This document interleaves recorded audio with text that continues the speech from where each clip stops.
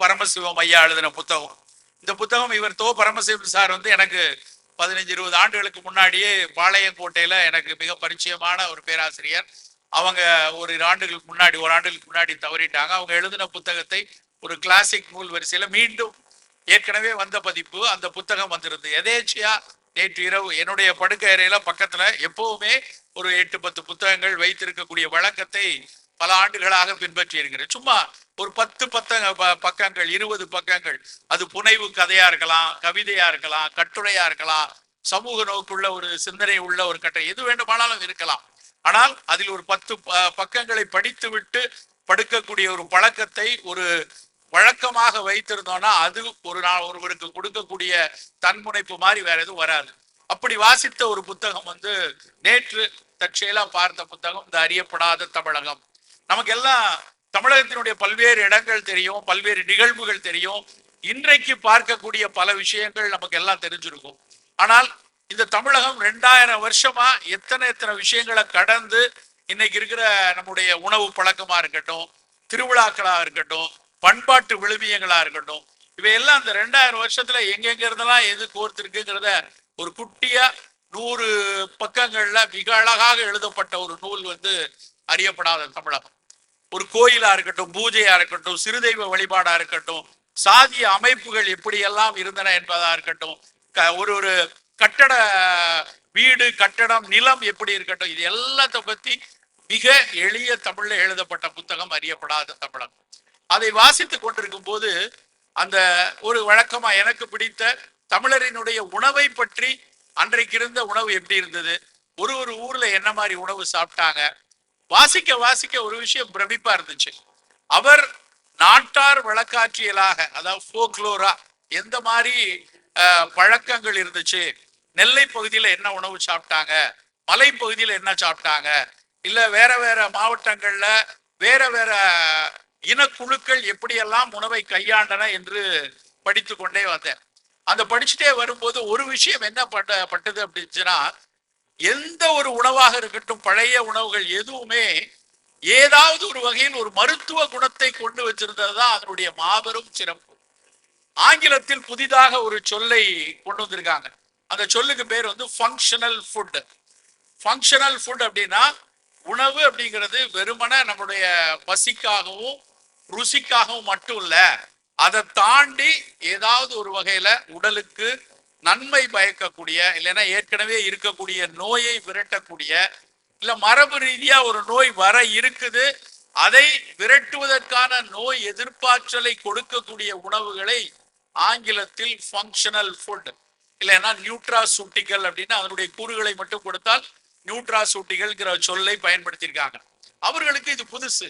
ஆனால் நம்மை பொறுத்தவரைக்கும் உணவு அப்படின்னு எடுத்தாலே அது ஏதாவது ஒரு வகையில் உடல் நலத்துக்கு நலமாக இருந்தால் மட்டும்தான் அது உணவாக இருக்க முடியுங்கிறதா தமிழ் சமூகத்தினுடைய ஒட்டுமொத்த புரிதல் அப்படிங்கிறது. இதனுடைய பழைய பாரம்பரிய உணவுகளை எல்லாம் படிக்கும் போது தெரிந்தது. இன்னைக்கு நம்ம எல்லாரும் இங்க உட்கார்ந்துருக்க எல்லாரையும் பார்க்கிற என் கண்ணில் பட்ட வரைக்கும் ஒரே ஒரு அம்மா, இன்னும் 2 பேர் மட்டும்தான் முகவுரை போட்டிருக்காங்க. ஏன்னா ஒரு வருடத்திற்கு முன்னாடி இது சாத்தியமா அப்படின்னு பார்த்தா கிடையாது. ஆனால் கடந்த ஒரு 4-5 நாட்களாக பத்திரிகையில, பேப்பர்ல, தொலைக்காட்சியில லேசா ஓரத்துல ஒரு செய்தி ஓடிக்கிட்டு இருக்கு. புதிதா கோவிட் திரும்ப வந்துகிட்டு இருக்கு, இன்னும் கொஞ்சம் பரவுமா பரவான்னு தெரியல, ஒன்னும் பெருசா அச்சம் இல்லைங்கிற பேச்சு வந்து கொண்டிருக்கிறது. நம்ம மனசுக்குள்ள லேசா ஒரு அச்சம் இருக்கு, எங்க திரும்ப பழையபடி ஆரம்பிச்சிருமா அப்படிங்கிற ஓரத்துல ஒரு அச்சம் இருக்கிறது.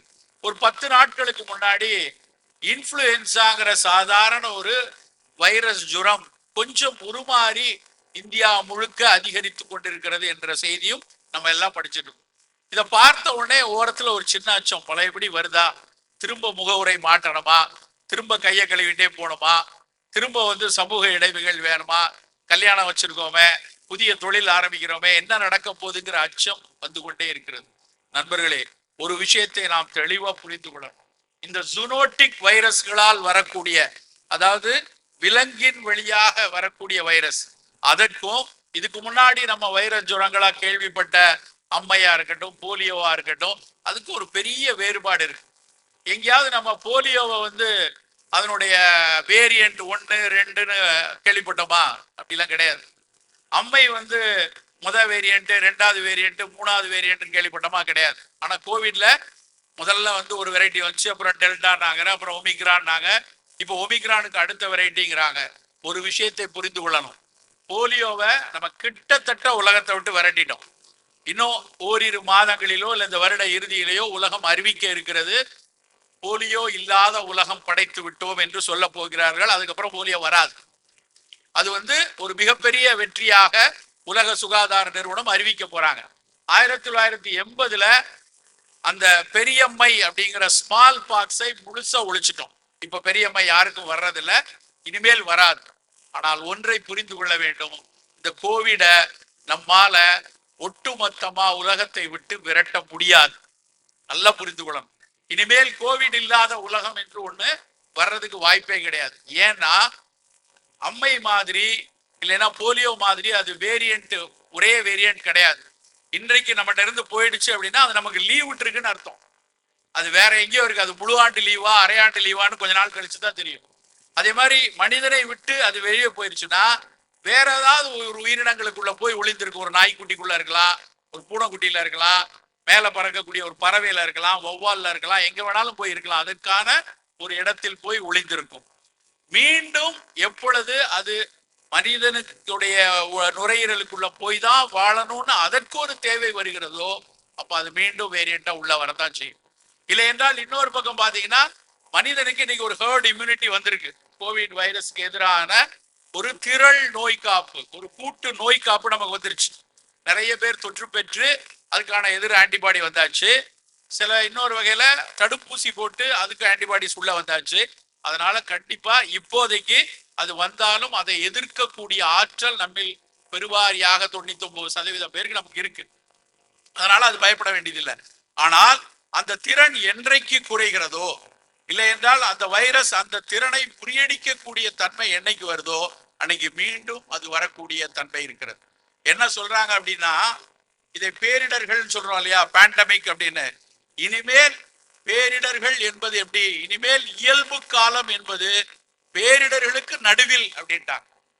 பேரிடர்கள் வந்துட்டு போயிட்டு இருக்கும், அதுக்கு நடுவுல கொஞ்ச நாள் நல்லா இருக்கலாம், முகமுடி போடாம இருக்கலாம், கையை கழுவாம இருக்கலாம், அப்படி கூட்டமா உட்கார்ந்துக்கலாம். திடீர்னு திரும்ப திரும்ப வருவதற்கான சாத்தியங்கள் இருக்கத்தான் செய்கிறது என்று உலக சுகாதார நிறுவனம் மறுபடியும் சொல்லியிருக்காங்க. we cannot able to predict.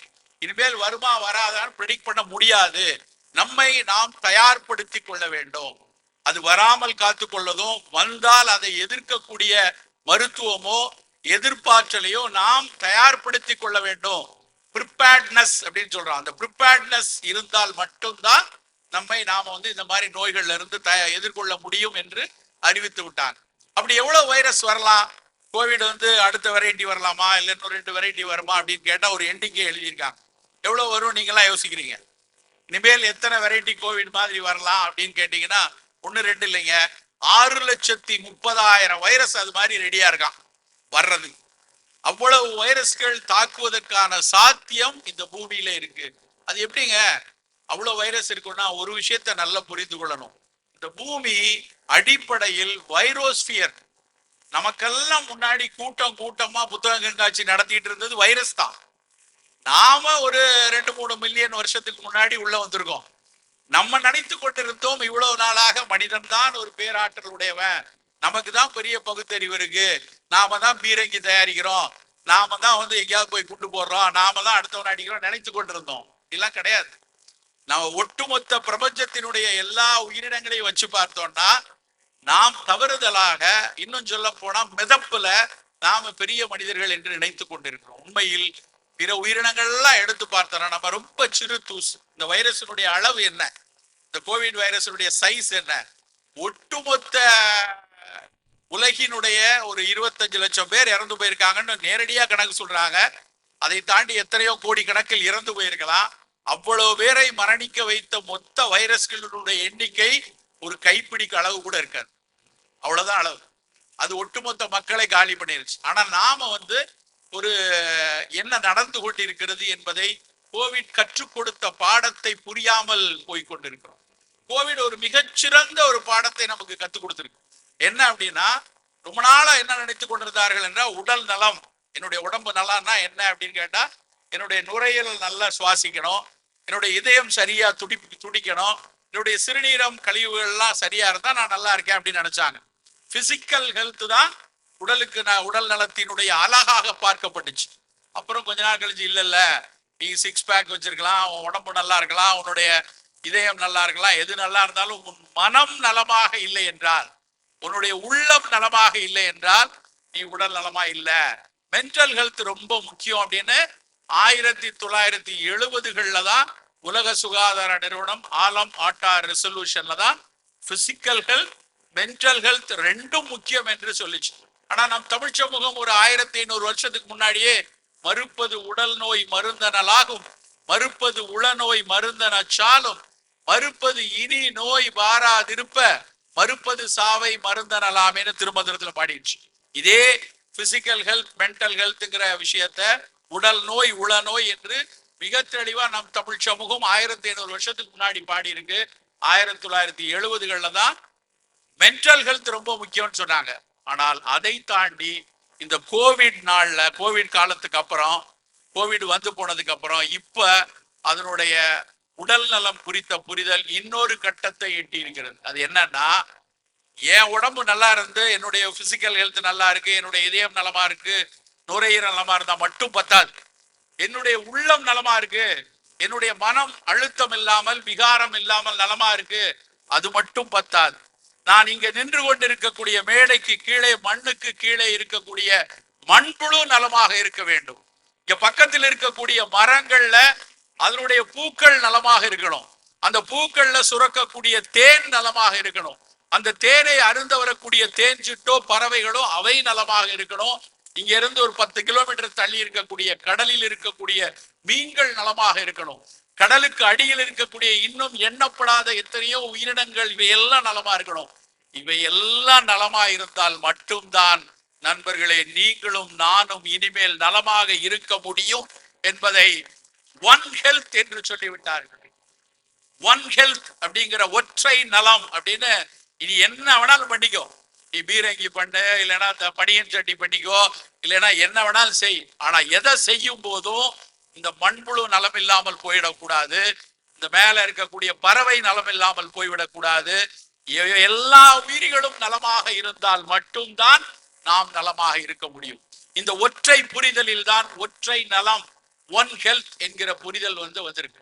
நாம் செய்யக்கூடிய எல்லா வேலைகளையும், நம் வளர்ச்சி குறித்து, நம் படிப்பு குறித்து, நம் வாழ்வியலின் உயரம் குறித்து எதை நோக்கி நகரும் போதும் ஒட்டுமொத்த உலகமும் நலமாக இருக்க வேண்டும் என்கிற சிந்தனை நம்மை விட்டு போகக்கூடாது என்பதுதான் அந்த ஒன் ஹெல்த் ஒற்றை நலம் என்பதனுடைய அடிநாதம். சரி, இந்த ஒற்றை நலத்தை நோக்கி நகர்வதற்கு நம்முடைய வாழ்க்கை எப்படி இருக்கும்? நிறைய விஷயங்களில் அக்கறை கொள்ள வேண்டும். முதல் அக்கறையாக உணவை எடுத்துக்கொள்ளும். இன்றைய நாளினுடைய தலைப்பே இனி உங்களுக்கான உணவு எப்படி இருக்க வேண்டும் என்பதுதான். நம்முடைய உணவு எப்படி இருக்கணும்? ஒரே ஒரு விஷயம் முதலில் புரிந்து கொள்ள வேண்டும், எல்லோருக்கும் பொதுவான உணவு என்று ஒன்று கிடையாது. நல்லா புரிந்து கொள்ள. வாட்ஸ்அப்ல போட்டிருக்காங்க, சார் தினமும் காலையில இந்த குழம்பு வச்சு, இந்த காய் வச்சு, இந்த இலையை போட்டு இதை வச்சு சாப்பிட்டா 100 வருஷம் இருக்கலாமேன்னு சொன்னா அது பொய்.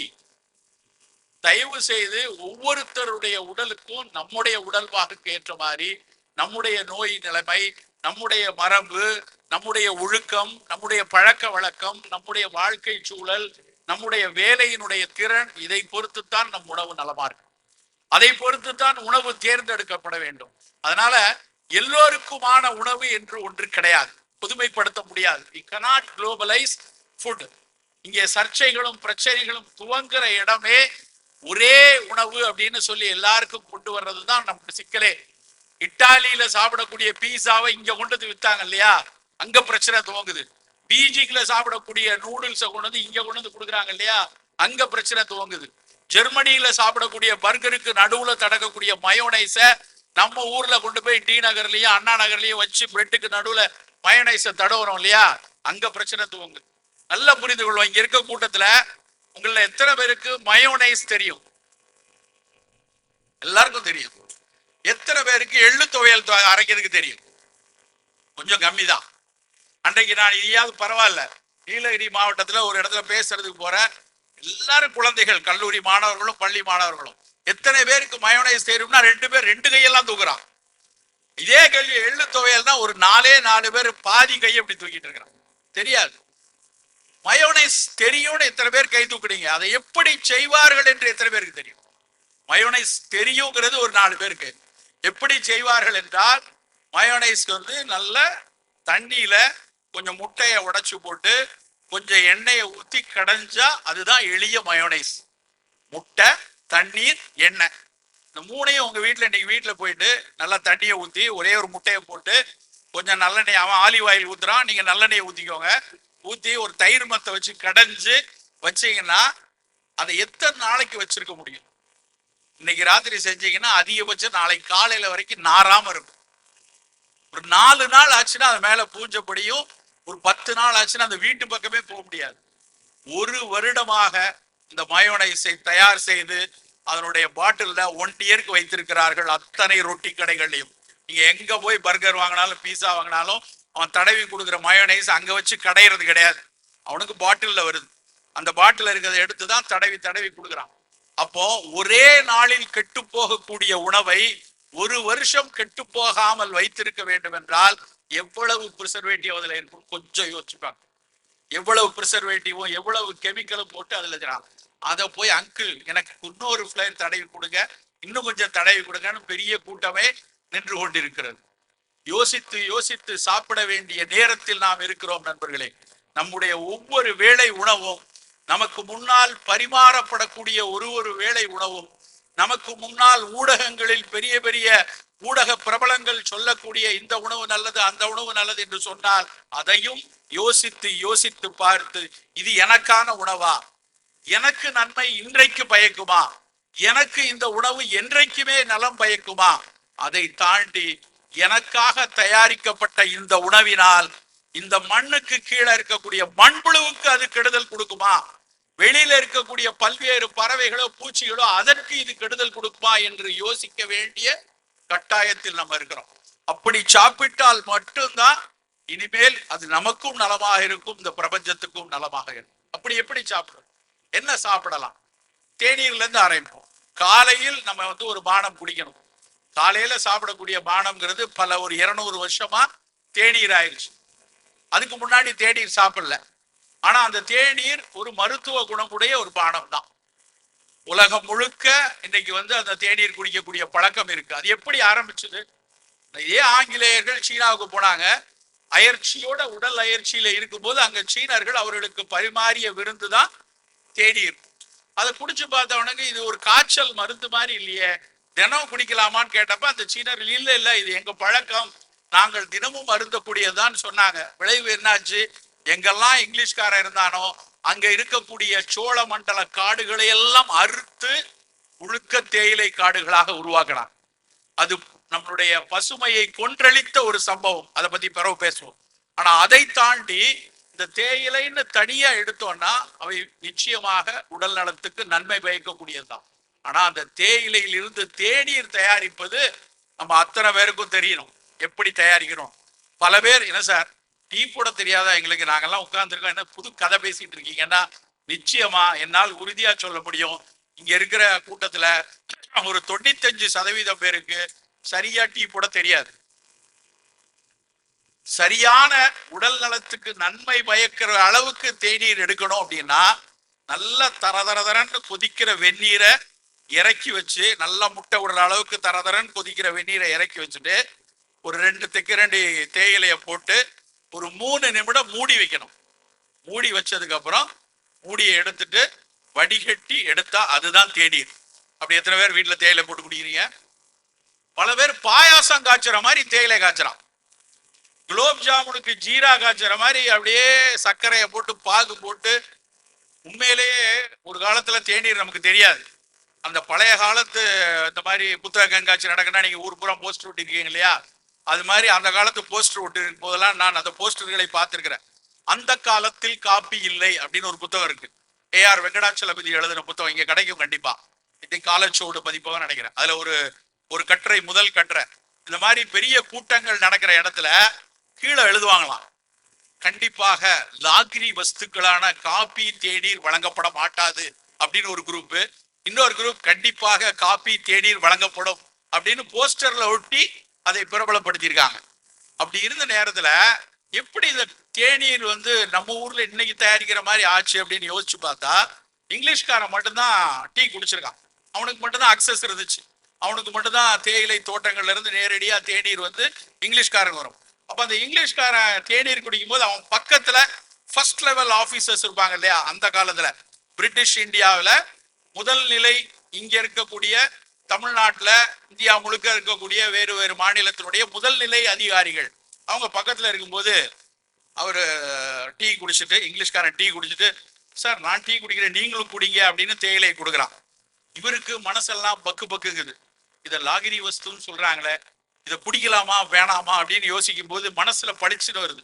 நம்ம வீட்டுல பால் தானே மிகச்சிறப்புன்னு சொல்லியிருக்காங்க, அப்போ ஒண்ணு பண்ணலாம் அப்படின்னு அந்த டீல பாலை ஊத்தி முதல் டீ பால் டீயாக மாறினது அந்த இங்கிலீஷ்காரன் ஆபீஸ்ல தான். இன்னைக்கு வரைக்கும் உலகம் முழுக்க பால் சேர்த்து தேநீர் குடிக்கிற ஒரே கூட்டம் நம்ம மட்டும் தான், வேற யாரும் அப்படி குடிக்கிறது இல்லை. என்ன பிரச்சனை அப்படின்னா, தேயிலையில எப்ப நீங்க பாலை ஊத்துறீங்களோ, ஒருத்தர் இழுத்துக்கிட்டு இருக்கும்போது வாயில பால் ஊத்துறீங்கன்னு வைங்க, டப்புன்னு போய் சேர்ந்துருவான் இல்லையா, அத மாதிரி தேநீரும் டக்குன்னு போய் சேர்ந்து. தேயிலையினுடைய குணம், காலையில் நீங்கள் தேநீர் அருந்துறீங்களா நல்லது, ஆனால் பச்சை தேநீரா குடிங்க, பிளாக் டீயா குடிங்க, கிரீன் டீயா குடிங்க. அந்த தேயிலையிலேயே நல்லது செய்யக்கூடிய பல மணமூட்டிகள் இருக்கு. இஞ்சி போட்டுக்கோங்க, லவங்கப்பட்டை போட்டுக்கோங்க, ஏலக்காய் போட்டுக்கோங்க. அன்னாசி பூ தெரியுமா? அன்னாசி பூனா தக்கோலம் அப்படிம்பாங்க. ஸ்டார் அனைஸ்னு பேரு. பிரியாணிக்கெல்லாம் மேல நட்சத்திர வடிவில் வச்சிருப்பாங்க. அந்த ஸ்டார் அனைஸ் வந்து ஒரு மிகச்சிறந்த மூலிகை.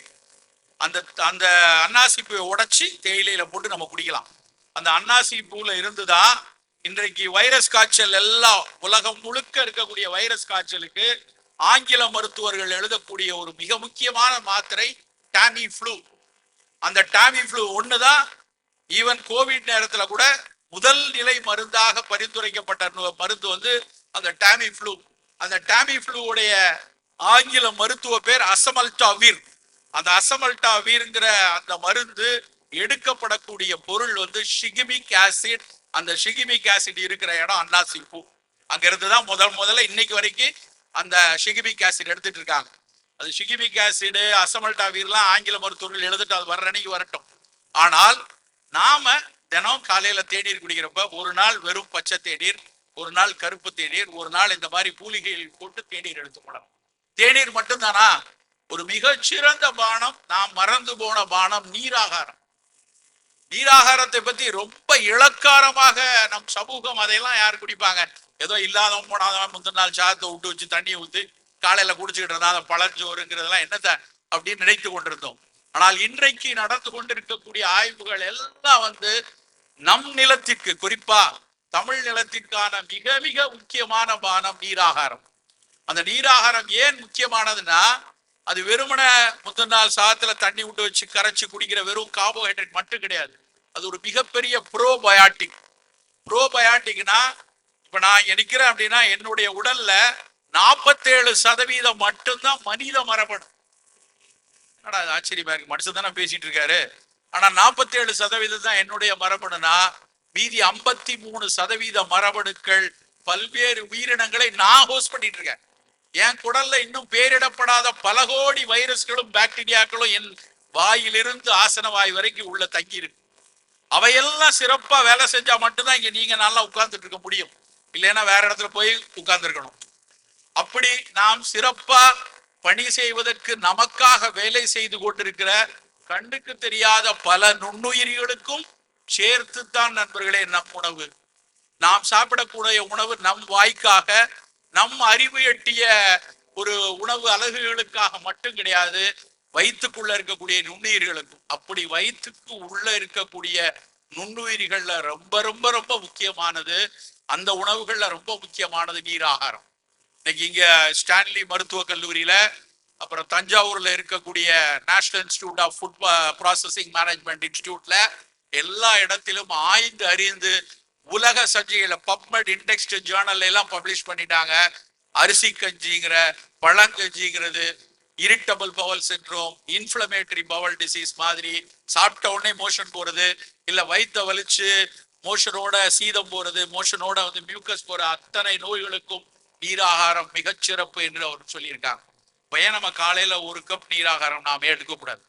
அதுக்கு என்ன விதத்துல ஒரு சின்ன மெனக்கடல், முந்தின நாள் கொஞ்சம் ஒரு ஸ்பூன் சாதத்தை போட்டு கூட கொஞ்சம் சாதத்தை போட்டு வேக வச்சிருக்கணும். அந்த சாதத்துல தண்ணி விட்டு வைக்கணும். மறுநாள் காலையில கரைச்சு துளி உப்பு போட்டு மோர் போட்டு எடுத்தோம்னா அது ஒரு மிகச்சிறந்த ஃபங்க்ஷனல் ஃபுட். நல்லா புரிந்து கொள்ளுங்க, உலகம் முழுக்க ட்ரெடிஷனல் ஃபெர்மெண்டட் ஃபங்க்ஷனல் ஃபுட்டுக்கான ஆய்வுகள் பெரிய அளவுல போய் கொண்டிருக்கிறது. ஒண்ணு தெரியுமா, உலகம் முழுக்க கூடிய சாப்பிடுற உணவுகள்ல 5% இது மாதிரி ஃபெர்மெண்டட் ஃபுட் தான். நம்ம சாப்பிடுற இட்லி தோசை மட்டும் கிடையாது. இட்லி மாவு தோசை மாவு எப்படி முந்தின நாள் அரைச்சு ஒரு நாள் முழுக்க ராத்திரி வைத்து புளிக்க வைக்கிறோம் இல்லையா, அந்த புளிக்க வைப்பது என்பது பொங்கி வரக்கூடிய தோசைக்கும் ஆபத்துக்காக மட்டும் கிடையாது. அப்படி புளிக்க வைப்பதன் மூலமாக பல நுண்ணுயிர்களை உருவாக்குறோம். அந்த இடத்துல லாக்டோபாசில்லஸ் உள்ளிட்ட பல நுண்ணுயிர்கள் வருது. இது மாதிரி ஆப்பிரிக்காவில வந்து சிறுதானியங்களை புளிக்க வைக்கிறாங்க. ஓகி அப்படின்னு ஒரு ஃபுட் இருக்கு, இரு என்று ஒரு சோளத்திலும் திணையிலும் புளிக்க வைத்து சாப்பிடக்கூடிய பழக்கம் ஆப்பிரிக்கா முழுக்க இருக்கு. ஜப்பானியர்கள் வந்து கம்போச்சா அப்படின்னு ஒரு டீ குடிப்பாங்க. தேநீரை புளிக்க வைக்கிறாங்க. தேயிலையில ஒரு புளிப்பை ஏற்படுத்துவதற்காக ஒரு காளானை போட்டு கம்போச்சா டீ என்று அங்க ஜப்பான்லையும் சீனாவிலும் அவர்கள் அதை குடிக்கிறாங்க. இப்போ இதை முழுக்க ஆராய்ச்சி செய்த உணவியல் நிபுணர்கள் வந்து ஃபெர்மெண்டட் ஃபுட் தான் ஃபங்க்ஷனல் ஃபுட்ல தலை சிறந்தது என்று அவர்கள் சொல்கிறார்கள். நம்ம கிட்ட இருக்கிற ஃபெர்மெண்டட் ஃபுட் நம்ம வீட்டு இட்லி, நம்ம தோசை, அந்த உணவை நம்ம வந்து எடுத்துரும். அதே மாதிரியான ஃபெர்மெண்டட் ஃபுட் தான் நீராகாரம். இது மட்டும் இல்ல, எளிய கஷாயங்கள், கரிசலாங்கண்ணி கஷாயம், ஆவாரை கஷாயம், ஆவாரை பூத்திருக்க சாவாரை கண்டதுண்டோ என்று தமிழ் சமூகம் சொல்லி ரொம்ப சாதாரணம். இதே நிலத்துல இந்த பக்கம் போய் வெற்றிடங்கள்ல பாத்தீங்கன்னா ஏகப்பட்ட ஆவாரை பூத்திருக்கிறதே பகல்ல நம்ம பார்க்கலாம். எல்லா பருவத்திலும் பூக்கக்கூடிய ஒரு பூ வந்து ஆவாரம் பூ.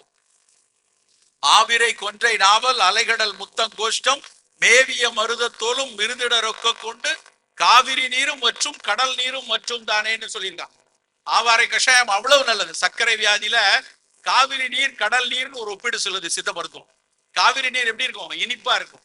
உன்னுடைய சிறுநீர் நிறைய குளுக்கோஸோட வெளியே போச்சுன்னா அதை கட்டுப்படுத்துவதற்கு நல்லா இருக்கும். கடல் நீர் உப்பாக இருக்கும்.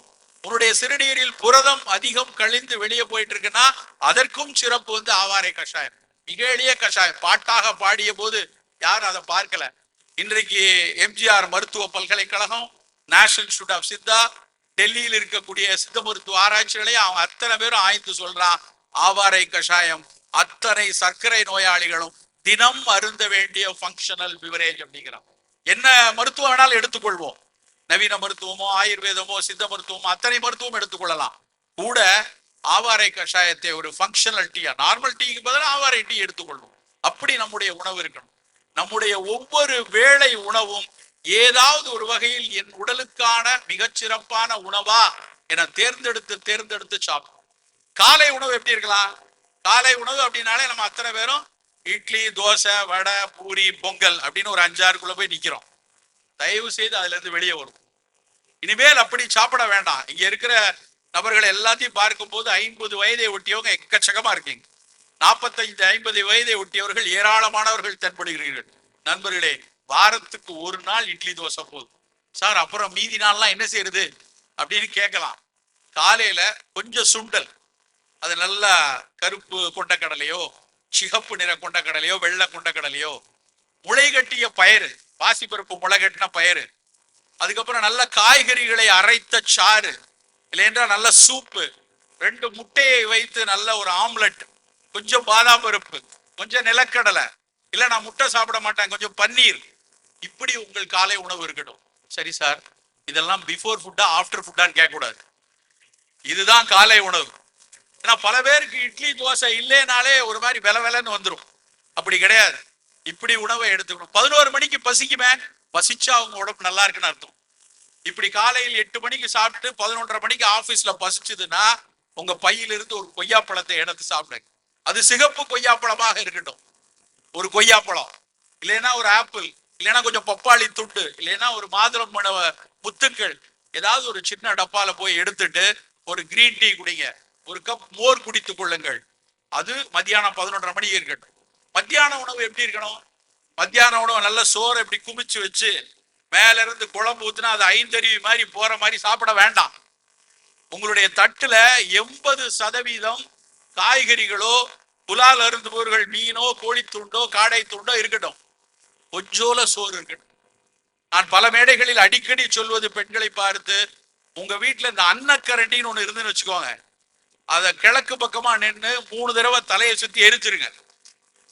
ஏன்னா அந்த அன்னக்கரண்டியை பார்த்தா இந்த பிடபிள்யூடி ஆஃபீஸ்ல நிப்பாட்டி வச்சிருக்க பொக்லைன் எந்திர மாதிரியே எனக்கு தெரியும்.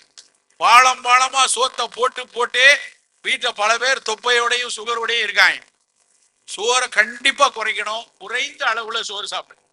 குறைந்த அளவு சாப்பிடக்கூடிய சோறும் நல்ல சிகப்பு நிறத்தில் உள்ள மாப்பிள்ளை சம்பா, ஞவர அரிசி, காட்டு யானம், கருங்குருவை, கருப்பு கவுனி, இப்படியான அரிசியை வாங்கிக்க. இதெல்லாம் எங்க சார் கிடைக்கும்? அமேசான்ல போட்டா அடுத்த வீட்டுக்கு வந்து நிக்குமா? தேடக்கூடாது. இன்னைக்கு எல்லா இடத்திலும் கிடைக்கிறது. நாம் கொஞ்சம் மெனக்கிட வேண்டும், நாம் கொஞ்சம் கரிசனப்பட வேண்டும். சார் விலை கூடைய, நிறைய பேர் என்ன கேட்கிறாங்க, சார் விலை கூடைய. நம்ம சார் நடிச்ச படத்தை முதல் நாள் ஷோக்கு எத்தனை பேர் 250 ரூபா கொடுத்து போய் பார்த்தோம். அப்ப அதுக்கு 200 ரூபா நம்ம கொடுக்கும் போது 1 கிலோ அரிசிய 110 ரூபாய்க்கு 90 ரூபாய்க்கு கொடுக்கறத துளி கூட தயக்கம் காட்ட வேண்டாம். கொஞ்ச நாள் ஆகும், அதனுடைய விலை இயல்பு விலைக்கு வர்றதுக்கு சற்று நாள் ஆகும். பெரிய அளவில் பயன்படுத்தும் போது, பெரிய அளவில் விவசாயிகள் உற்பத்தி செய்யும் போது விலை குறையும் தானாக. அதுவரைக்கும் 50 ரூபா 60 ரூபா கூட இருந்தாலும் கருப்பு கவுனி அரிசி சாப்பிடலாம். சாதாரணமா நினைக்கிறேன் கவுனி அரிசினா என்னன்ட்டு. ஆனா அதற்கு பின்னாடி இருக்கக்கூடிய மருத்துவ குணங்களை யோசிச்சோன்னு வைங்களேன். கருப்பு கவுனி அரிசிக்கு சீனாவில் என்ன பேர் தெரியுமா? திபெத்தில் என்ன பேர் தெரியுமா?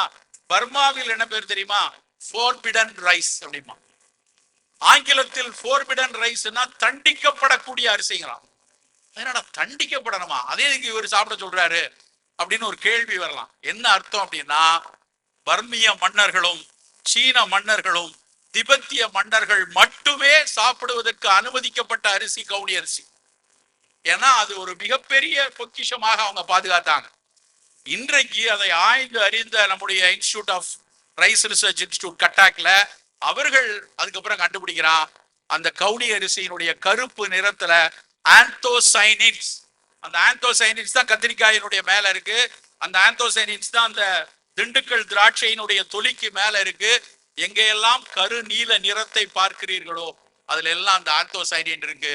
அந்த ஆந்தோசைனின் புற்றுநோய்களை கூட தடுக்கக்கூடியது. நல்லா புரிந்து கொள்ளணும். இது நான் சும்மா கதை பேசுவதாக நினைக்க வேண்டாம். நீங்க போய் படிச்சு பாருங்க. கூகுள்ல போயிட்டு கவுனி அரிசியினுடைய மருத்துவ குணங்களை படிச்சீங்கன்னா அது சும்மா யாரோ எழுதுன படிக்க வேண்டாம். நல்ல பப்மெட் இண்டெக்ஸ் சேனல்ல இந்தியன் ரைஸ் ரிசர்ச் இன்ஸ்டிடியூட் பப்ளிகேஷன்ல பாருங்க. அந்த கவுனி அரிசியினுடைய ஆந்தோசைனின் எவ்வளவு நல்லது, அது எப்படி ஒரு ஃப்ரீ ராடிக்கல் ஸ்கேவெஞ்சராக, அதாவது செல்களுக்கு இடையில ஆக்சிஜன் மூலக்கூறு போய் இருக்கும் போதுதான் அது செல்லை அழிக்கும். அப்படி செல்களுக்கு இடையில ஆக்சிஜன் மூலக்கூறு வராமல் விரட்டுவதற்குரிய தன்மையை அந்த கவுனி அரிசி வச்சிருக்காங்க. உங்களுடைய சோறு ஒண்ணு கருப்பு நிறத்துல இருக்கணும், இல்லைன்னா சிகப்பு நிறத்துல இருக்கக்கூடிய ஞவர அரிசி, இல்லை என்றால் மாப்பிள்ளை செம்பா. அந்த சிகப்பு நிறம் லைகோபீன் அப்படின்னு ஒரு சத்து இருக்கு. அந்த லைகோபீன் சத்து இங்க இருக்கக்கூடிய ஆண்கள் நல்லா தெரிந்து கொள்ளணும். ஆண்களுக்கு மட்டும் வரக்கூடிய, ஆண்களினுடைய சிறுநீர் பாதையில பிளாடருக்கு கீழே இருக்கக்கூடிய கிளாண்ட் ப்ராஸ்டேட் கிளாண்ட். இந்த ப்ராஸ்டேட் கிளாண்ட் வயதாகும் போது எல்லோருக்குமே சற்று பருக்கும். அதுக்கு பினைன் ப்ராஸ்டேட் ஹைப்பர்ட்ரோஃபி அப்படின்னு ஆங்கிலேய மருத்துவர்கள் சொல்லுவாங்க. அந்த பினைன் ப்ராஸ்டேட் இருக்கும்போது ஒரு பயமும் கிடையாது, ஒன்றும் செய்யாது. ஆனா அது வெகு சிலருக்கு புற்றுநோயாக மாறிடும். 75 வயசுல ராத்திரியில 3 தடவை 4 தடவை எந்திரிச்சு யூரின் போறாரு. சில நேரத்துல யூரின்ல இரத்த கசிவோ, சில நேரத்துல சதை துணுக்குகளோ வருதுன்னு நம்மளுடைய தாத்தா சொல்லலாம். அப்படி சொன்னால் அது ஒருவேளை அந்த ப்ராஸ்டேட் கிளாண்டினுடைய புற்றாக இருக்கக்கூடும். அந்த புற்று வராமல் தடுப்பதற்கு இந்த லைகோபீன் பயன்படுதுன்னு கண்டுபிடிச்சிருக்காங்க. அப்ப நம்ம சிவப்பரிசி கருப்பரிசி என்ன பண்ண போகுது? வீட்டுல நாங்கெல்லாம் சின்ன பிள்ளைல அரிசின்னா சைக்கிள்ல பின்னாடி 10 கிலோ வச்சு கட்டிட்டு போவோம். இனிமேல் தயவுசெய்து அப்படி வாங்காதீங்க. ஒரு கிலோ அரிசியா இருக்கட்டும் உங்க வீட்டுல, அடுப்புக்கு பக்கத்துல அரிசி வைக்கக்கூடிய இடத்துல 1 கிலோ கருப்பரிசி, 1 கிலோ சிவப்பரிசி, 1 கிலோ பழுப்பரிசி, 1 கிலோ தூய மல்லி சம்பா, 1 கிலோ காட்டு யானம். உங்க வீட்டுல ஒரு கருத்தரித்த மகளிர் இருக்காங்கன்னா புள்ளக்கார் சம்பா, பால் ஊட்டி கொண்டு இருக்கிறார்கள்னா குளியடிச்சான் சம்பா, அப்படி அரிசியை வாங்கி வைங்க. நிறைய காய்கறிகளும் கீரைகளும் சாப்பிடக்கூடிய பழக்கத்தை குழந்தை பருவத்துல வரணும். கீரைகள்லாம் பார்த்தா ரொம்ப சாதாரணமா தோணும். ஆனா ஒரு கீரைகளில் இருக்கக்கூடிய கனிமங்களை நீங்கள் விலை கொடுத்து வாங்க முடியாது நண்பர்களே. யாராவது போய் இங்க இருக்க கூட்டத்துல செலினியம் டேப்லெட் போய் வாங்கிட்டு வாங்கலாம். என்ன விலை இருக்குன்னு கொஞ்சம் யோசிச்சு பாருங்க. ஆனா போய் பொன்னாங்கண்ணி கீரையை வாங்கி சாப்பிடுங்க, அது ஆட்டோமேட்டிக்கா உங்களுக்கு கிடைக்கும். முருங்கைக்கீரை இருக்கிறதே விலை குறைவா இருக்கக்கூடிய கீரை. எவ்வளவு சத்துக்களை வைத்திருக்கு. உலகம் முழுக்க முருங்கான்னு ஊத்திட்டு இருக்கான். முருங்கா டேப்லெட்ஸ் வந்து பெரிய அளவில் எக்ஸ்போர்ட் ஆகுது. மேட்டுப்பாளையத்தில் 80-90 ஏக்கர்ல லேண்ட் வச்சு வெறும் முருங்கைக்கீரையை ஸ்ப்ரே ட்ரை பவுடர் பண்ணி கேப்சூல் பண்ணி ஏற்றுமதி பண்ணி கொண்டிருக்கிறார்கள். ஆனா நம்ம முருங்கைக்கீரையை வீட்டுல சாப்பிடறதுக்கு வலிக்குது எல்லாரும். தினம் தினம் நம்முடைய உணவுல கீரையும் பழங்களும் காய்கறிகளும் இருந்து கொண்டே இருக்கும். புலால் என்றால் முதல் தேர்வு மீன்களார்கள். மீன்கள் மிகச்சிறப்பானது. குழந்தைகளுடைய படிப்புக்கும் சரி, நல்ல அறிவுக்கும் சரி, எதிர்பார்த்தலுக்கும் சரி, பல நோய்களை தடுப்பதற்கும் சரி மீன்கள் மிகச்சிறப்பானது. பத்தியத்திற்கு ஆகக்கூடிய உணவு என்று காடையை சொல்கிறார்கள். காடை வந்து கோழியை விட மிகச்சிறப்பு. ஜாப்பனீஸ் குவில், அது குவில் அப்படிங்கிற ஒரு இனம். அந்த காடை புரதச்சத்துல இதை விட மிகச்சிறப்பு என்று எடுக்கிறாங்க. சோ அப்படி உங்களுடைய உணவுல, மதிய உணவுல கொஞ்சோல சோறும் இவ்வளவு காய்கறிகள், எல்லாவற்றிற்கும் மேலாக இரவு உணவு அதுதான் ரொம்ப முக்கியம். ஏன்னா நீங்க பல கல்யாண வீடு ராத்திரி தான் நடக்கும். அந்த ராத்திரியில இந்த கல்யாண வீட்டுல போய் நல்லா வந்து ஒரு 40 வெரைட்டி 45 வெரைட்டிய தினம் போய் சாப்பிடக்கூடிய ஆள்களை நினைக்கும் போதுதான் வேதனையா இருக்கும். இரவு உணவு மிக எளிதா இருக்கணும்.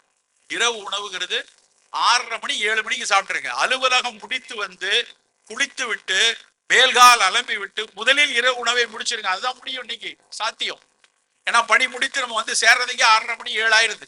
அப்ப இரவு உணவுல ஒரு கோதுமை ரவை கிச்சடியோ, நல்ல வந்து ஒரு சிறுதானிய அடையோ, அது மாதிரி உணவை எடுத்துக்கொள்ளலாம்.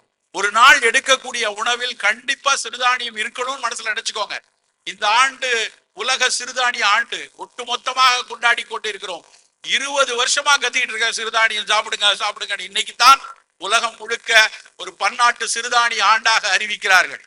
27 நாடுகள் இதை கொண்டாடுகின்றன. ரொம்ப மகிழ்ச்சியா இருக்கு. இதே இதுல பெரம்பூர்ல மனசு மறக்க மாட்டேனா, 2001 அப்போ வந்து தினை அரிசி வந்து இங்க பெரம்பூர்ல மட்டும்தான் ஒரு கடையில உண்டு. அப்ப நான் போய் அந்த இடத்துல போய் பெரம்பூர்ல போயிட்டு தினம் ஏதாவது நாங்கள் அப்போ ஒரு உணவு ஆராய்ச்சியில இருந்தோம். அப்பப்போ போய் தினை அரிசி கேட்க போவேன். ஒருத்தர் வருவாரு, இது வாங்கினவனே எடுத்து கொடுத்துருவாரு, வந்துருவோம். அப்படி நான் ஒரு தடவை போய் தினை அரிசி வாங்குக்கா அந்த கடைக்கு போறேன். அன்னைக்கு பார்த்து அந்த கடை பையன் இல்லை, இன்னொரு பையன் நிற்கிறான். நான் போய் திணை திணை அப்படிங்கிறேன். அவன், சார் உங்களுக்கு குறிஞ்சி திணை வேணுமா முல்லை திணை வேணுமாங்க. நான் தமிழ் படிச்சிருக்கான். நெய்தல் திணை வேணுமான்னா, திணை குடுறா அப்படின்னா சிரிச்சுக்கிட்டே நின்னா. உடனே அந்த கல்லாப்பட்டியில இருக்கிறவரை பார்த்து, சார் நான் ரெகுலரா கேட்பலாம் சார், அதை கொஞ்சம் எடுத்து கொடுக்க சொல்லுங்க அப்படின்னா, அவர் வந்து டே அந்த லவ் பேர்ட்ஸுக்கு எல்லாம் போடுவோம்ல, அதை எடுத்து கொடுறா அவருக்கு அப்படின்னா. ஆனா எனக்கு பளிச்சுன்னு மண்டையில பல்ப் எரிஞ்சு அடுத்த வாரமே ஆனந்த விடல எழுதுறேன். இந்த திணை அரிசிய லவ் பேர்ட் சாப்பிட்றதுனாலதான் அது நல்லா லவ் பண்ணுது போட்டேன். ஒட்டுமொத்த கூட்டமும், சார் அந்த திணை அரிசி எங்க கிடைக்கும் இமெயில் அனுப்புறாங்க. திணை நீங்க எழுதிருக்கீங்களா, எங்க கிடைக்கும்? இன்னைக்கு எல்லா கடைகள்லையும் திணை அரிசி விற்கப்படுகிறது. காதலும் செழித்து ஓங்குகிறது. நன்றாகத்தான் இருக்கிறது. நண்பர்களே, இந்த சிறுதானியங்கள்லாம் சாதாரண அந்த சிறுதானியம் நம்ம சொல்லக்கூடாது, அதை அருந்தானியங்கள் என்று சொல்லணும். அதுல இருக்கக்கூடிய கம்பு, இரும்பு சத்து நீங்க வந்து நீங்க அரிசியை விட 8 மடங்கு அதிகம் கம்புல. கால்சியத்தை எடுத்தீங்கன்னா அரிசியை விட 200 மடங்கு அதிகம் கேழ்வரகு. அப்ப நம்முடைய உணவுல கம்பும் கேழ்வரகும் கண்டிப்பா இடம் பெற்றிருக்கும். ஏதாவது இல்ல கேழ்வரகு எடை குறையணும்னு நினைச்சா கேழ்வரகு வேண்டாம். எடை குறையணும்னு நினைக்கிறவங்க கம்பு சாப்பிடுங்க. எடை கூட்டணும், நான் என் குழந்தை ரொம்ப மெலிந்து இருக்கிறது, ஊட்டம் இல்லை அப்படின்னா அவர்களுக்கு கேழ்வரகு கொடுக்கும். இப்படி நம்முடைய ஒவ்வொரு வேளை உணவையும் தேர்ந்தெடுத்து நமக்கு எடுக்கணும். எதுக்காக நான் சொல்றேன்னா, சர்க்கரை வியாதி தமிழகத்துல கொழுந்து விட்டு எரியுது. நீங்க இங்க இருக்கக்கூடிய கூட்டத்துல என்னால உறுதியா சொல்ல முடியும், 20% பேர் சர்க்கரையோடு தான் இருப்பாங்க. சில பேர் பாக்கெட்ல இன்சுலின் ஊசி வச்சிருக்கலாம், சில பேர் மெட்ஃபார்மினை பாக்கெட்ல வச்சிருக்கலாம். எப்ப உடிப்பாருன்னு தெரியல, அதுக்கப்புறம் வாயில போட்டுட்டு வீட்டுக்கு போனா கரெக்டா இருக்கும் அப்படின்னு வரவங்க நிறைய பேர் இருக்கலாம். அந்த அளவுக்கு சர்க்கரை ஒரு கணக்கீடு நாங்கள்லாம் இப்ப திட்டக்குழுவில் இருக்கிறதுனால எப்பவுமே நாங்க புள்ளி விவரங்களை பார்த்து கொண்டே இருக்கோம். கிட்டத்தட்ட தமிழ்நாட்டில் வந்து ஒரு 3 கோடி 60 லட்சம் பெண்கள் இருக்காங்க, 3 கோடி 55 லட்சம் ஆண்கள் இருக்காங்க. 75 லட்சம் குழந்தைகள் இருக்கு. கிட்டத்தட்ட 10.5% பேர் வந்து சர்க்கரை நோயாளி. நெருக்கி 1 கோடி பேர் சர்க்கரை நோயாளி. அது பெரிய விஷயம் எல்லாருக்கும் தெரியும். பிரச்சனை என்னன்னா அதுல வெறும் 10% பேர் தான் கட்டுப்பாட்டில் வச்சிருக்கான். 90 லட்சம் பேர் எப்ப கேட்டாலும் ஏதாவது ஒரு காரணம். நாங்கள் மருத்துவரா நாங்க வந்த உடனே HbA1c ரிப்போர்ட் தான் கேட்போம். HbA1c எடுத்துட்டு வந்தீங்களா அப்படின்னா 8.5 இருக்கு. ஏன் சார் போன தடவை 7.2 நீங்க 8.5னா? சார் போன வாரம் அந்த மச்சிரனுக்கு கல்யாணம், மைசூர் பா வச்சுட்டாங்க, வேண்டாம்லாம் சொல்ல முடியும். அங்க ஒரு மீட்டிங் போனா டீ கொடுத்தாங்க, சக்கரை போட்டிருக்காங்களான்னு கேட்டா கொஞ்சம் கஷ்டமா இருக்கு, அதனால கேட்காம குடிச்சிட்டேன். இப்படி ஏதாவது ஒரு பொய்ய சொல்லி சொல்லி அத்தனை பேரும் 7க்கு மேலதான் HbA1c வைத்துக் கொண்டிருக்கிறார்கள். நல்லா புரிந்து கொள்ளணும்.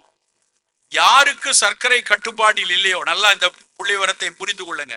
சர்க்கரை கட்டுப்பாட்டில் இல்லாமல் இருப்பவர்கள்ல 30% பேருக்கு, இப்ப 90 லட்சம் பேருக்கு சுகர் இருக்கு அப்படின்னா அதுல 30 லட்சம் பேருக்கு தங்களுடைய ஆயுட்காலத்துல, இன்னைக்கு தமிழ்நாடுடைய சராசரி ஆயுட்காலம் 73 வயசு. 80 இன்னைக்கு நிறைய வர ஆரம்பிச்சிட்டாங்க. ஒரு மருத்துவ உலகினுடைய மாபெரும் வெற்றி அது. ஆனா சர்க்கரை கட்டுப்பாடு இல்லாமல் இருக்கும் போது தன்னுடைய ஆயுட்காலத்துல அவர்களுக்கு மாரடைப்போ இல்லை என்றால் பக்கவாதமோ சிறுநீரக செயலிழப்போ கண்டிப்பா வரும் அப்படின்னு சொல்றோம். நல்லா புரிந்து கொள்ளுங்க. 20 வருஷம் தெரியாது, சுகர் ஆரம்பிச்சு ஃபர்ஸ்ட் 20 இயர்ஸ் கட்டுப்பாடு இல்லைன்னா தெரியாது. ஆனா கடைசி 10 வருஷத்துல இதுல ஏதாவது ஒண்ணு சிக்கிடுவாங்க. பெரிய அளவுல புற்றுநோய் கூடிக்கொண்டே இருக்கு. சின்ன வயசுல 10 வயசு 20 வயசுல எல்லாம் பார்க்கும்போது வேதனையாக இருக்கிறது. நான் மருத்துவமனையை ஆரம்பிக்கும் போது முதல்ல எல்லாம் 93 94 எல்லாம் மாசத்துக்கு ஒரு 3 பேர் 4 பேர் பார்ப்போம் புற்றுநோயில. இன்றைக்கு காலையில் நான் மருத்துவமனை முடிச்சுட்டா இங்க வரேன். இன்னைக்கு காலையில நான் பார்த்த 35 நோயாளிகள்ல 5 பேர் புற்றுநோயாளிகள், அதுல 2 பேர் புதிய புற்றுநோயாளிகள். தினம் 5 பேரை பார்க்கக்கூடிய நான் நிறைய என்னுடைய சக மருத்துவர்கள்ட்ட, அதுவும் குறிப்பா புற்றுநோய் மருத்துவர்கள்ட்ட நிறைய பேர்ட்ட கேட்பேன், சார் கூடி இருக்கா இல்ல ஏழியராவே டிடெக்ட் பண்றதுனால நமக்கு எண்ணிக்கை அதிகமா தெரியுதா? இந்த கேள்வி எங்கள் மனசில் இருந்து கொண்டே இருக்கும். பெரிய ஆங்காலஜிஸ்ட், தமிழகத்தின் மிக முக்கியமான ஆங்காலஜிஸ்ட், அவர் சொல்றாரு நிச்சயமா கூடி இருக்கு. நான் ஒரு நாளைக்கு 250 பேர் பாக்குறேன். ஒரு நாளைக்கு 250 பேர்னா எவ்வளவு எண்ணிக்கைன்னு பாரு.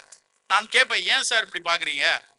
வேற யாராவது பார்க்க மாட்டா? அவர் சொல்றாரு ஒரே வார்த்தை, ஒருவேளை நான் 150 தான் பார்க்கணும் 50 தான் பார்க்கணும் நான் முடிவு பண்ணா அந்த 250 பேர்ல 200 பேர் அடுத்த ஒரு வருடத்தில் இறந்து போய் விடுவார்கள் என்று அவர் சொல்றார். அவ்வளவு கொடூரமான ஒரே ஒரு விஷயத்த சொல்றேன். நான் சித்த மருத்துவ கல்லூரியில படிக்கும் போது ஒரு கேள்வி உண்டு, பெண்களுக்கு எப்போது மார்பக புற்றுநோய் வரும்? ஒரு கேள்வி. அதுக்கு ஒரே பதில் தான், நன்ஸ் அண்ட் நான் லாக்டேட்டிங் மதர்ஸ், அதாவது திருமணம் செய்யாமல் இருந்தவங்க ஏதோ ஒரு காரணத்தினால் பாலூட்டுவதற்கான சாத்தியம் இல்லாத பெண்களுக்கு அவர்களுடைய முதுமையில வரலாம். இதான் நாங்க படிச்சோம். இன்னைக்கு போய் கூகுள்ல போய் படிப்பாருங்க, நேஷனல் கேன்சர் ரெஜிஸ்ட்ரின்னு இருக்கு. அந்த நேஷனல் கேன்சர் ரெஜிஸ்ட்ரியில யாருக்கு அதிக புற்றுநோய் வந்திருக்கிறதுன்னு பாருங்க. பெண்கள்ல 30 to 35 வயதுக்கு உள்ளாக இருக்கக்கூடிய பாலூட்டி கொண்டிருக்கிற பெண்களுக்கு இன்றைக்கு புற்றுநோய் கூடியிருக்கு. என்ன நடக்குது? சயின்ஸ் ஃபெயில் ஆயிடுச்சா? அன்னைக்கு சொன்ன அறிவியல் இன்னைக்கு பொய்த்து போயிடுச்சா? எதனால கூடியிருக்குன்னு பார்த்துச்சனா, சூழலிலும் உணவிலும் இருக்கக்கூடிய பல்வேறு நச்சு காரணிகள் தான் இதுக்கு எங்கேயோ காரணங்களா இருக்கு. சமீபத்தில் ஒரு அறிக்கை வந்திருக்கு, குழந்தைகளுக்கு வரக்கூடிய புற்றுநோய் ஏன் கூடுது. அவன் போட்டிருக்கான் லான்செட், அதாவது மருத்துவத்திலேயே உலகிலே மிக முக்கியமான பத்திரிகை அதுதான். அவனுடைய பப்ளிகேஷன் என்ன சொல்றான்னா, 15% புற்றுநோய்க்கான காரணிகள் தான் மரபு ரீதியா வர்றது. தாய்க்கோ தகப்பனுக்கோ பாட்டனுக்கோ பாட்டிக்கோ புற்றுநோய் இருந்து வர்றது 15% தான். அவன் எழுதியிருக்க வார்த்தையை நான் அப்படியே சொல்றேன், 85% நபர்கள்ல புற்றுநோய் வருவதற்கான காரணம் உணவிலோ சுற்றுச்சூழலிலோ தான் ஒளிந்திருக்கிறது அப்படிங்கிறான். இப்ப எவ்வளவு அக்கறையா இருக்கணும் பாருங்க. நமக்கு முன்னால் பரிமாறப்படக்கூடிய ஒரு வேளை உணவிலும் புற்றுநோய்க்கான காரணிகளை தேடி கண்டுபிடிக்க வேண்டிய கட்டாயம் நமக்கு வந்து விட்டது. அதிகாரிகள் இருக்காங்க, அரசாங்கம் இருக்கிறது, பல கட்டுப்பாடுகள் இருக்கிறது. இதையெல்லாம் தாண்டி இந்த மாதிரி துளியா வரக்கூடிய காரணிகள் கூடிக்கொண்டே இருக்கு. எச்சரிக்கையா இருக்கணும் நண்பர்களே, மிக எச்சரிக்கையாக இருக்கணும். நமக்கு அதுவும் குறிப்பா நம்ம வீட்டு குழந்தைகள் இருக்கிறவங்க அத்தனை பேருக்கும் 15 வயசு 25 வயசுல பிள்ளைங்க வீட்டுல இருக்கும். அவர்கள் தான் ரொம்ப எச்சரிக்கையா இருக்கணும்.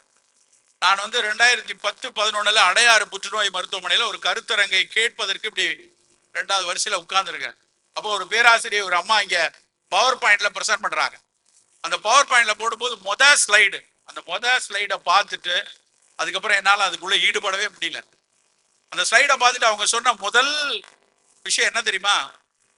ஆங்கிலத்தில் சொன்னார்கள், this is the only unfortunate generation, those who are going to see their own children's death on their lifetime அப்படின்னா. இந்த ஒரு தலைமுறை தான் தன்னுடைய அடுத்த தலைமுறையின் மரணத்தை அருகிலிருந்து பார்க்க போகிற துரதிர்ஷ்டவசமான தலைமுறை. நண்பர்களே, இது மிக மிக வலி தரக்கூடிய ஸ்டேட்மெண்ட். நம்ம உயிரோட இருக்கும்போது நம் குழந்தை நோய்வாய்ப்படுவதையோ மரணம் அடைவதையோ முடங்கி போவதையோ அதுபோல ஒரு துரதிர்ஷ்டம் உலகத்தில் எதுவும் இருக்க முடியாது. அப்படியான சூழல் நமக்கு வராமல் இருக்கணும்னா நம்ம குழந்தைய நீட்டு படிக்க வைக்கிறேன், ஜேஇ படிக்கிறேன் பிழிஞ்சு எடுத்துட்டு இருப்பீங்க வீட்டுல. அதெல்லாம் விட முக்கியமானது அந்த குழந்தை ஆரோக்கியமான மனிதனா, உள்ளத்தில் மிகவும் நிறைவான, உள்ளத்தில் எந்த விதமான ஒரு அழுத்தம் இல்லாத, மன ரீதியாக மகிழ்ச்சியான குழந்தையாக அவர்களை கொண்டு வர வேண்டும் என்பதுதான். சோ மன ஆரோக்கியமும் உடல் ஆரோக்கியமும் சிறந்து வரும் பொழுது அவருடைய படிப்பும் எல்லா விஷயமும் நல்லா வரும்போது மட்டும்தான் அந்த குழந்தை பின்னாட்கள்ல ஒரு ஆரோக்கியமான குழந்தையாக இருக்க முடியும். நண்பர்களே, இவை அத்தனைக்கும் நமக்கான அடிப்படை தேவை ஆரோக்கியமான உணவு. ஒரு வேளை உணவிலும் இது எனக்கான உணவா, இது என்றைக்கும் எனக்கு நலம் பயக்கக்கூடிய உணவா, இது என் பூமியில் இருக்கக்கூடிய பல்வேறு உயிரினங்களுக்கும் நலம் பயக்கக்கூடிய உணவா என்று தேர்ந்தெடுத்து உண்டு மகிழ்வோம் என்று கூறிக்கொண்டு வாய்ப்பளித்தமைக்கு நன்றி கூறி விடைபெறுகிறேன்.